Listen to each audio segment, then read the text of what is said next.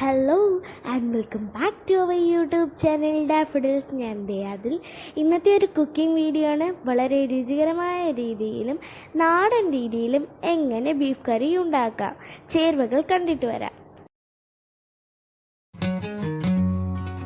1/2 kilo beef ഉപ്പും മഞ്ഞൾപ്പൊടിയും ഇട്ട് വേവിച്ചത്, 150 ഗ്രാം കൊച്ചുള്ളി, ഒരു ചെറിയ കഷ്ണം ഇഞ്ചി കൊത്തിയരിഞ്ഞത്, 12 അല്ലി വെളുത്തുള്ളി, ചെറിയൊരു തക്കാളി അരിഞ്ഞത്, കറിവേപ്പില, 3 പച്ചമുളക്, ചെറിയൊരു കഷ്ണം നാരങ്ങ, കുരുമുളക് പൊടി, ഗരം മസാല, മഞ്ഞൾപ്പൊടി, മുളക് പൊടി, മല്ലിപ്പൊടി, ഉപ്പ്, കടുക്, വെളിച്ചെണ്ണ. ബീഫ് തയ്യാറാക്കുന്നത് ഒരു മൺചട്ടിയിലാണ്. മൺചട്ടി അടുപ്പിൽ വെച്ച് ചൂടാക്കി എണ്ണ ഒഴിച്ച് കടുക് പൊട്ടിക്കാം. ഇനി നമുക്ക് എണ്ണ ഒഴിക്കാം.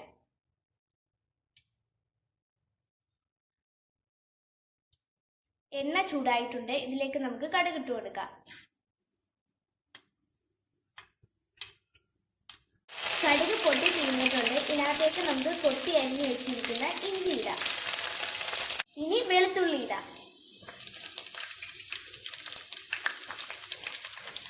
വെളുത്തുള്ളിയും ഇഞ്ചിയും ഒന്ന് മൂത്തിട്ടുണ്ട്. അതിലേക്ക് കൊച്ചുള്ളി ഇട്ട് കൊടുക്കാം. ഉള്ളി വാടാൻ വേണ്ടി കുറച്ച് ഉപ്പിട്ട് കൊടുക്കാം. ഇതിലേക്ക് പച്ചമുളകും കറിവേപ്പിലയും ഇട്ട് കൊടുക്കാം. നന്നായിട്ടൊന്ന് ഇളക്കി കൊടുക്കാം. ഉള്ളി വാടി വന്നിട്ടുണ്ട്. ഇതിനകത്തേക്ക് നമുക്ക് മസാലകൾ ചേർത്ത് കൊടുക്കാം. ചേർക്കുമ്പോൾ ശ്രദ്ധിക്കേണ്ടത് തീ ലോ ഫ്ലെയിമിലിട്ടിട്ട് വേണം ചേർക്കാൻ. ഒരു സ്വല്പം മഞ്ഞൾപ്പൊടി. നേരത്തെ ബീഫിൽ മഞ്ഞൾപ്പൊടി ഇട്ടായിരുന്നു വേവിച്ചത്, അതുകൊണ്ടാണ് സ്വല്പം മഞ്ഞൾപ്പൊടി. 1 ടേബിൾ സ്പൂൺ മുളക് പൊടി, 1.5 ടേബിൾ സ്പൂൺ മല്ലിപ്പൊടി, 1/2 ടേബിൾ സ്പൂൺ കുരുമുളക് പൊടി.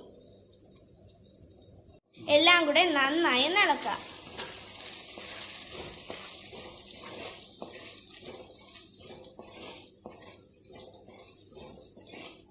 ഈ മസാലകൾ മൂക്കുന്ന അനുസരിച്ച് ടേസ്റ്റ് കൂടും, എന്നാൽ കരിയാനും പാടില്ല. മസാലകൾ മൂക്കുന്നതിന്റെ മണം വരുന്നുണ്ട്. ഇതിനകത്തേക്ക് ഉപ്പും മഞ്ഞൾപ്പൊടിയും ഇട്ട് വേവിച്ച് വെച്ചിരിക്കുന്ന ബീഫ് ഇട്ട് കൊടുക്കാം.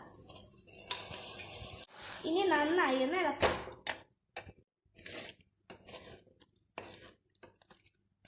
ഇതിലേക്ക് അരിഞ്ഞു വെച്ചിരിക്കുന്ന തക്കാളി ഇട്ട് കൊടുക്കാം. 1 tablespoon lemon juice, 1 spoon curry masala. ഇതിലേക്ക് അല്പം ചൂടുവെള്ളം ഒഴിച്ച് അടച്ചു വെച്ച് വേവിക്കണം. ഇനി നന്നായി ഒന്ന് ഇളക്കാം. ഇനി തീ കുറച്ച് അടച്ചു വെച്ച് വേവിക്കാം. ഇനി നമുക്ക് അടപ്പ് തുറക്കാം. ഇപ്പോൾ ഇതിന്റെ വെള്ളവും വറ്റി എണ്ണയും തെളിഞ്ഞിട്ടുണ്ട്.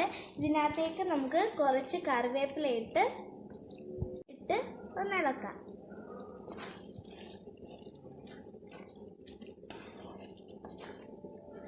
ഇപ്പോൾ നമ്മുടെ ബീഫ് കറി ഇവിടെ റെഡി ആയിട്ടുണ്ട്. ഇനി ഇതിനെ സർവിംഗ് പ്ലേറ്റിലേക്ക് മാറ്റാം.